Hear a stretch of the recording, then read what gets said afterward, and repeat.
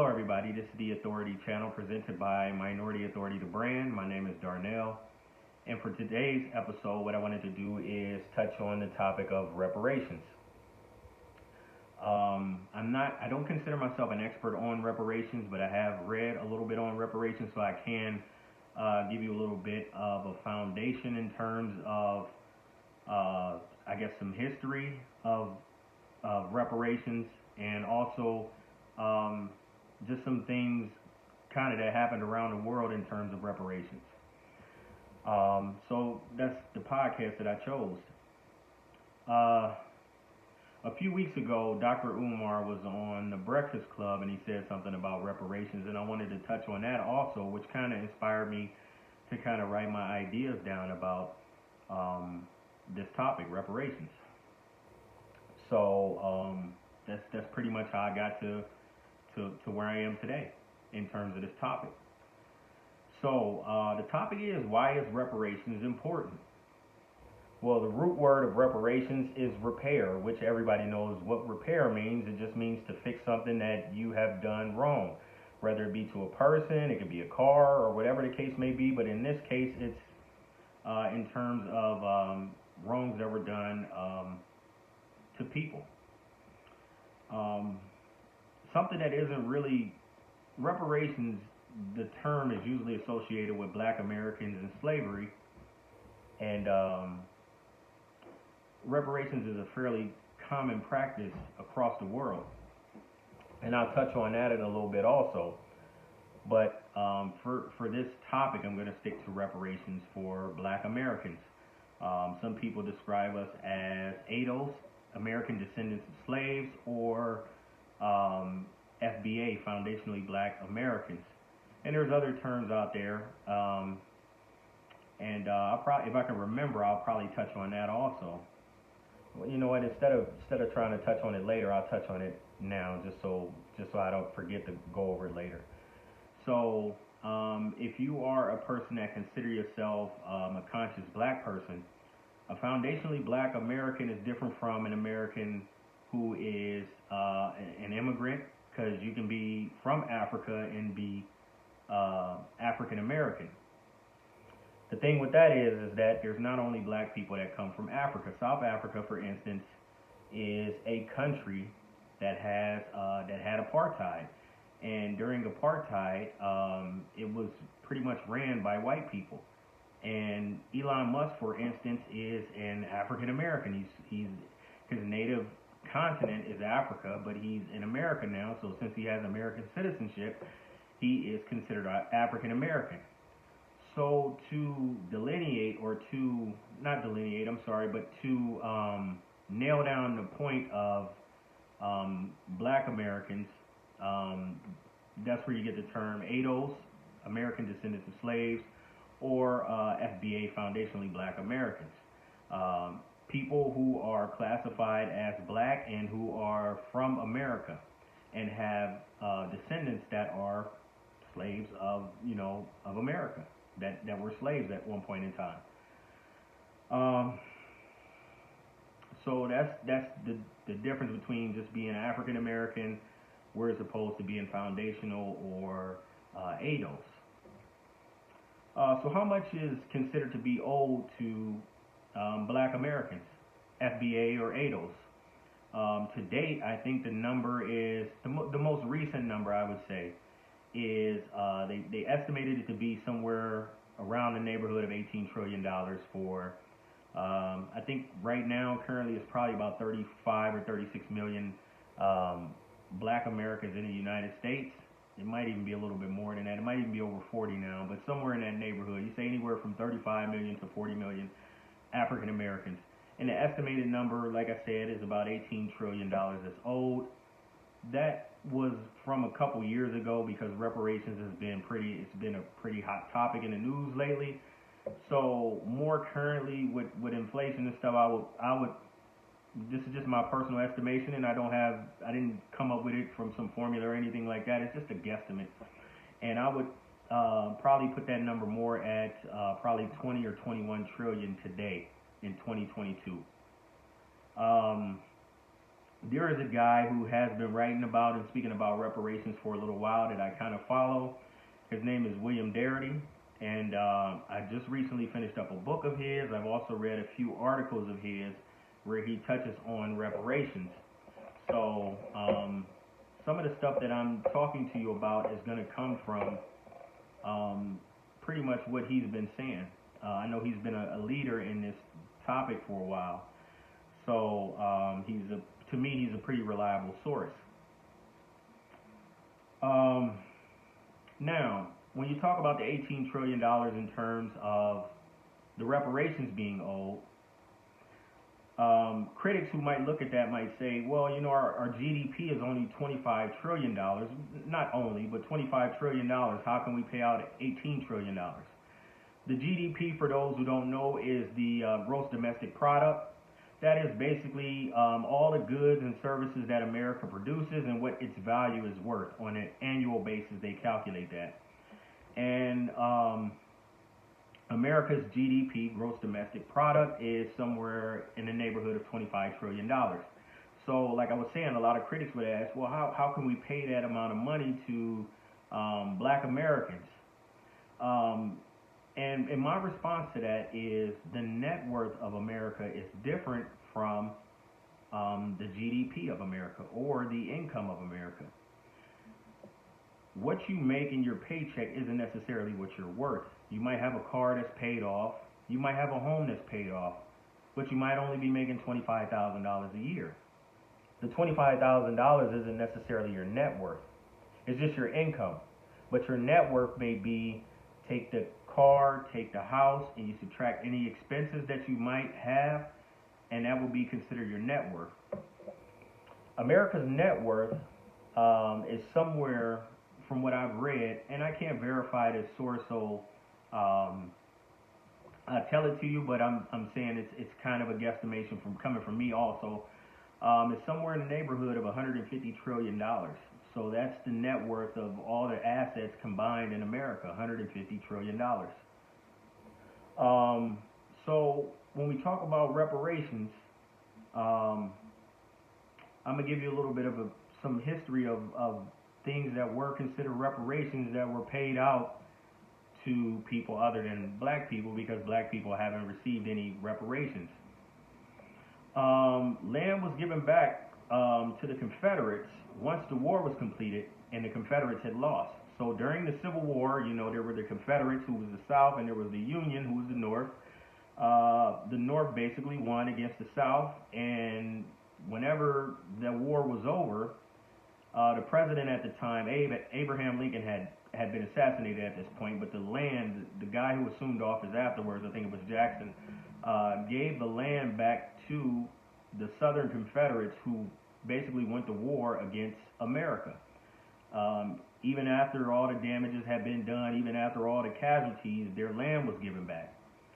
Another thing to consider during that time was that while Abraham Lincoln was alive and the war was being fought, Abraham Lincoln had made a number of concessions to the South, asking them to turn over their slaves. He would give them money for them if they were to turn them over, and they would just call a cease on the war. The South refused on numerous occasions, and they refused because it was more money at hand if they had the slaves than if they didn't. So that's the first instance in which some form of reparations was being paid out, or the South lost, and like I said, they went against the homeland, so they really shouldn't have got anything in return. In fact, they should have been ordered to pay, because during that time, the South was the richest region in the United States. Cotton, at one point in time, was valued. I mean, I got numbers on it, so I don't even want to guess, but it was the highest value commodity in the United States, and not just at one point in time. It was for a good amount of time. So that's the first instance in which reparations was paid out. Germany was made to pay reparations to the state of Israel after the Holocaust was discovered to have taken place. Also, other European countries set up funds to help Jews reclaim some of their valuables. Even today, certain language in regards to their history is punishable by fines and time in prison. So there is language, like protected language, I know in the country of Germany, to where if you say this in public in a favorable light, so if you were to talk favorably about the Nazis in Germany, it's punishable by fines and up to like 6 months or a year in prison. Some of the other European countries that set up funds to help the Jews reclaim some of their properties and stuff. If you could think about all of the countries in Europe, I could probably name 5 or 6 of them off the top of my head that had set up some kind of fund and say, hey, if we harmed you, we have a fund set aside, and if you can verify that you have whatever valuables, if you had, I don't know, maybe if you had some vehicles or if you had some gold or some whatever the valuables were that you had at the time, and if you could prove it, those countries set up things or funds for you to be able to get reimbursed for that. So that's the second instance of reparations. American Indians. American Indians have been given reparations in terms of the casinos that they have are tax exempt.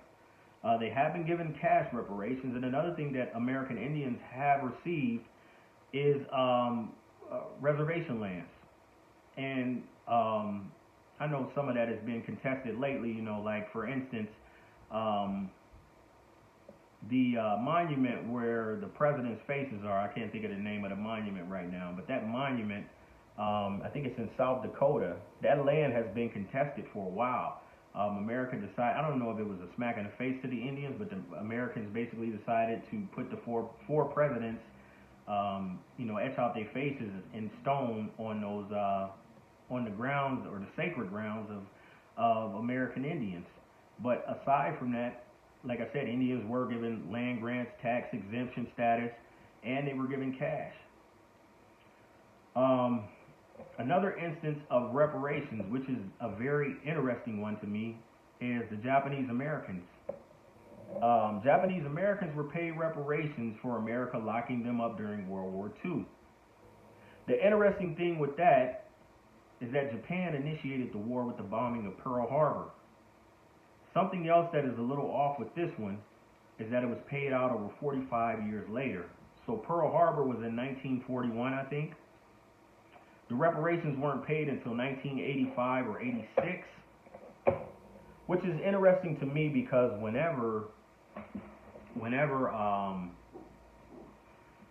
black people start talking about reparations, they make the argument, oh, we don't know who to pay, we don't know, we need to set up some kind of council, we need to figure out, who's going to get paid and why they should get paid, or we need to figure out who's black or who is descendants of slaves. If you got any of these ancestries or these DNA things, you can find that out in 6 weeks. You can find out who was a descendant of slaves and send your swab out and do a cotton swab, send it out, and have it back within a matter of 6 weeks. It's the Civil War ended in 1865. It's been over 160 years, and there's always an excuse why black Americans should get reparations. But the thing with me is that I feel that America knows that it owes so much money that it's so crippling to the economy if they had to pay it out that they want to just keep playing the spin game. And that's why we get to the point that we are in terms of reparations with black Americans. And a lot of people give black people flack for it. Well, if you guys stuck together, you will be able to be able to get your reparations, but you guys, you can't stick together. You don't have an agenda. Nobody else had an agenda to get their reparations. America was feeling charities, if you will. They felt like they needed to pay it to them, and that's what they did. And black people have been the most aggrieved people in this country. And frankly, they're owed probably more than a lot of the people that were paid out. So it really would be crippling to the American economy. But that's not the fault of the people that were aggrieved. Another thing that's interesting about the Japanese Americans being paid reparations is that, like I said, they were paid in 1986. Reparations generally come from taxpayers. There's not money sitting around from the government just in case they fuck over somebody and say, hey, we gonna pay this money to these people. No, it's tax funded. there were a lot of black people working in 1986. I'm 36, so my mom was probably fresh out of high school, maybe in her early 20s working. And basically, if you were a black person and you were paying taxes during this time, the likelihood of you having to pay for something that America did 45 years earlier is the ultimate slap in the face for a black person who hasn't received reparations, who have been waiting since 1865, when slavery was considered to be over. That's another interesting thing for me about the Japanese American. So I did a little math in terms of how much money would be owed to black Americans if we took that in comparison to Japanese Americans. Now, Japanese Americans were paid $40,000 each in reparations for the 6 years of the war. The war lasted 6 years. So what I basically did was took that $40,000 and I divided it over 6 years. So each person would have received $6,666 per year of imprisonment for the Japanese Americans. Now, if you took that number and you divided that over 346 years, which I would consider 1619 from the beginning or the time that slaves first arrived in America, all the way up until 1865, and then from 1865 all the way up to 1965, which was when civil rights legislation was passed. It's a total of 346 years. If you took $6,666 and you multiplied that by 346 years, that would be $2.3 million per black person in America. That's a lot more than 18 trillion, and we know America probably doesn't have that amount of money to pay to black Americans. But that's about where we will be at in terms of if we were given our fair amount of what we were owed for our imprisonment, for our segregation, just for government sanction of things that that happened to black Americans. Also, another thing is 9/11 victims were paid reparations. I don't know how much. I know that they were paid reparations, and of course, Russia will likely have to pay reparations to Ukraine. It's fairly common across the world. Whenever there's a war fought and things happen and people are damaged, whether it be psychologically or whether their property was blown up or whatever, there's talks of reparations. So why is reparations so important? Well, I'll give you the answer. To understand why reparations are important, you have to go back to America's founding and how we became the powerhouse that we are today. America was founded on the principles of what? Life, liberty, and the pursuit of happiness. That is a social contract that you didn't have to sign, but once you landed on this property or once you landed on this land, you should have been granted that. Black life was state sanctioned, black liberty out of the question, and even black pursuit of happiness was met with branding, maiming, and whippings. So if you were trying to escape to slavery, because no black person, unless they had some kind of disorder and just was used to it, no black person wanted to be enslaved. I don't care what nobody says. I don't care about Kanye saying it was a choice. That's fucking crazy. Nobody wants to be a slave. Nobody wants to work for free.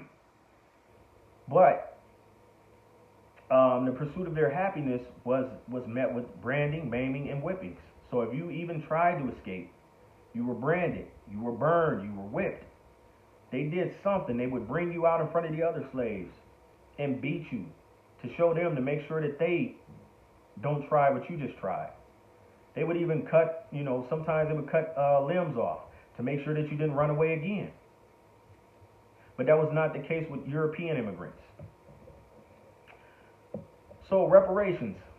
In the early 1700s, I'm gonna give you a little bit of background on some things that happened also.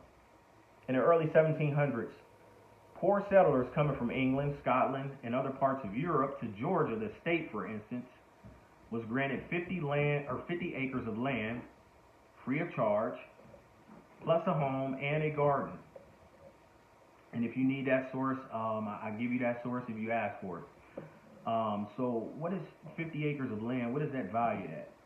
So what I did a little bit of research on that too.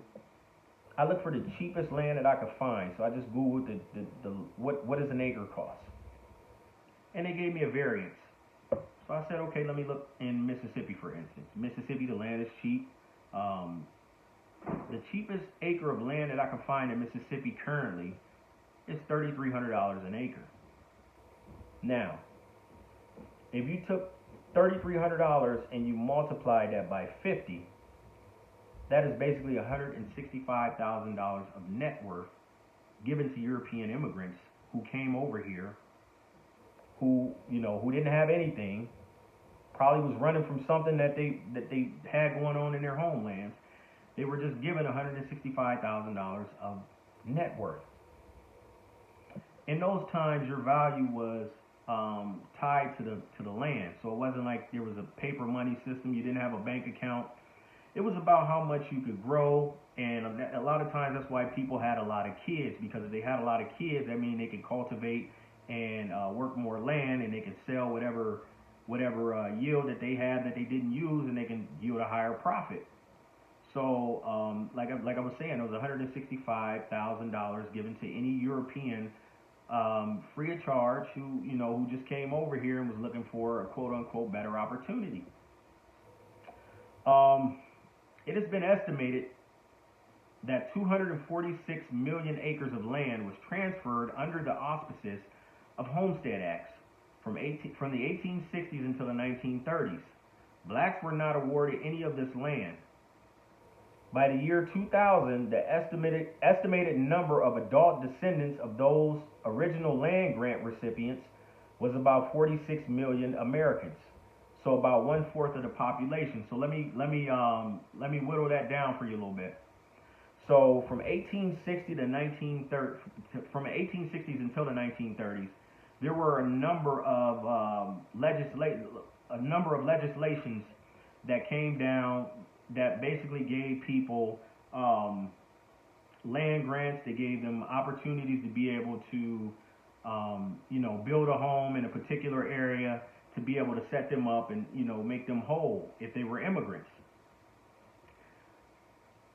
In America, during America's founding, I guess I should give you this information. During America's founding, America had a big problem with squatters. People that basically stayed on land and didn't pay anything. They just lived there and they didn't have any land rights to it. America had a big problem with squatters. Squatters didn't do nothing. They didn't cultivate the land. They didn't own anything. They didn't contribute to American society. And so America, in order to build America up, to make America this land of milk and honey, so to speak, America, initiated a lot of these grants, and a lot of those grants took place from, I said the 1860s all the way up until 1930s. As I was saying earlier, there were states who initiated this previously, but there was a lot of it happening from 1860 to the 1930s.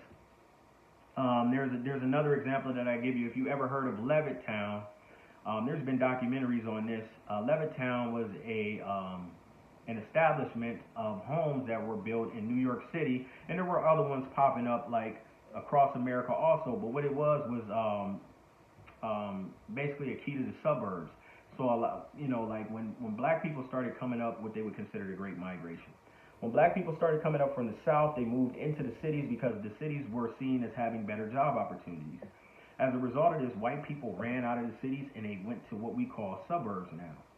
Levittown was an example of suburbs. Governments basically funded a lot of these people or a lot of these families to help them build their homes, help them go to college and stuff like that. A lot of this stuff was considered under the Homestead Acts that I just spoke about earlier. And black people weren't awarded any of those loans, any of those grants, or anything like that. But as I was saying, if they were military vets or something like that, they got grants to go back to school. They got grants to build their homes in these suburbs, in which, as we know now, if you build a house in the suburbs, because it's considered a more desirable area, the property values went up. So black people lost out on net worth as a result of that. It was government sanctioned stuff, as y'all know about red zoning and stuff like that, where they said, we're going to pick certain areas that we won't lend to, or we're going to pick certain areas where black people can't move into. There was legislation in some of the housing contracts saying that if you sold to a black person in a good neighborhood, you could be liable for property value decline around that area. So if you left the area and you sold it to a black person, if the person next to you, if their house declined as a result of a black person moving in that area, you could be held financially liable. I think those, I want to say they were called covenants in a contract. I'm not for sure, but those things happen, and that's how a lot of black people lost out on net worth in terms of homes. And let's be frank, a lot of the times, most people's net worth is tied up into their homes, you know. So reparations, I want to say something about what reparations is not, because a lot of people, just from misinformation, or just some people who just really mad at the fact that maybe just at the idea of black people possibly getting reparations, they say things, and once I say these to you, you already know, because I'm pretty sure you've heard it on TV. A lot of people won't say stuff to your face, but they'll say it, but you hear it. Reparations is not welfare. I know it's a big shocker, but it's not welfare. Welfare is a social safety net program available to all Americans who are below the poverty line or below a certain income standard. So, basically what that means is any person. It could be a single white mom. It could be any person in America that is making under a certain amount. If they can prove that, they can get welfare. That's not a black program. Another thing about welfare, as I was saying, is a social safety net. It's not designed to address wealth inequality. When you sign up for welfare, it's not for you to build wealth. It's not for you to get your comeuppance. It's really a supplemental program. Hey, you work, but this stuff is whether it be food stamps or whether it be cash, this stuff is going to help you get what you need. It's not going to propel you to the next level to be able to start owning houses. That program specifically isn't. Your desire to do that will, but not that program specifically. And once again, as I was saying, it's not specifically designed for black people. It was never in the legislation. An interesting thing about welfare anyway is that either Franklin Roosevelt or Teddy Roosevelt crafted it. Any kind of social program. Welfare was created back then, and one of the interesting things about welfare is that welfare didn't include domestic workers, and it didn't include farm hands. It would have never passed through Congress if those two jobs were included. And it didn't pass, or it didn't include those because the majority of people were either farm hands or they were domestic workers, which means most black people, were either farm hands or domestic workers, which means that they worked, the women worked in people's houses as domestic workers, and most black people still during that time picked cotton, and were out in the fields. And as I was saying, it didn't include black people originally. It didn't have to say that, but that's who it harmed. Affirmative action is not reparations. Why? Because affirmative action is being dismantled as we speak and does not specifically address black Americans born in America, as I touched on a little earlier. Also, affirmative action is extended to women, disabled, and other ethnic groups. Also, and it doesn't apply to private establishments. Affirmative action does not apply to private establishments. Reparations are not a multicultural payment program. No other group in this country has had the long documented struggles of Americans, or of black Americans, who haven't been paid some form of reparations. Black people have not received any form of reparations, period. So when you're talking about reparations, and when we're talking about reparations in terms of any assets, whether it be cash, whatever the case may be, it has to specifically be for black Americans. Black Americans have never received anything. Other Americans have. I don't know who came up with the term, a rising tide lifts all boats. Yeah, it does. But if you assume that all boats were on the same level, then That's right. But if black Americans have never been given the opportunity to build wealth in this country, you can't make legislation that you think is gonna one size fits all kind of deal. It's not gonna work. Um, Reparations are not meant to serve as mending or a divider of the races. So it's not meant to make relationships between black and whites any better. It's not meant to divide us any further. So think about it this way. When you are taken to court and you sue or you're being sued, when the damages are determined, nobody asks you whether or not you're going to have a relationship with the person who harmed you or the person that harmed you. Or, that's the point that I'm trying to make with reparations. I think I said that wrong. So nobody asks you about the relationship of a person that either harmed you or if you harmed a person. Once whatever is paid out, they don't ask that because it's not important. Same with reparations. It doesn't matter. It's you basically paying for a harm that was done. It doesn't have anything to do with relationships. Now, I spoke earlier about Dr. Umar, and I wanted to address something he said on the Breakfast Club. He said a cash payout for reparations is a trap because some of what's wrong with blacks in America will take more than cash to fix. He continues by saying it will not stop mass incarceration, miseducation, gentrification, police genocide, and access to wealth. They can reduce the value of the payment through inflation. Then they are going to find subsidies to give to the LGBT community, women, immigrants, etc. So this statement to me is about 33% right. And this is just my own estimation. I got an opinion. I'm allowed to have it. Cash payouts are not a trap, but cash alone will not stop mass incarceration, miseducation, or police genocide. Cash can stop gentrification and lack of access to wealth. You can't gentrify a community that is just as valuable as the one you are leaving. So if white people are coming to what we consider the ghetto and they're trying to buy houses and increase the value of the houses and move people out because people can't afford to live there anymore, well, if the value of those houses in that area is just as valuable as the people who want to move there, it don't matter. You can't gentrify. You can't move those people out. So that was my point with that. Let's see. But group economics with dollars owed to black Americans can stave off mass incarceration, miseducation, and police genocide. How? Mass incarceration and police genocide. Invest your monies into your community. When you put black money into black neighborhoods in the form of businesses, you have the power to tax as you please and hire based on the tax dollars you collect. Hire police from within your communities. They are less likely to have an agenda to incarcerate people who look like them.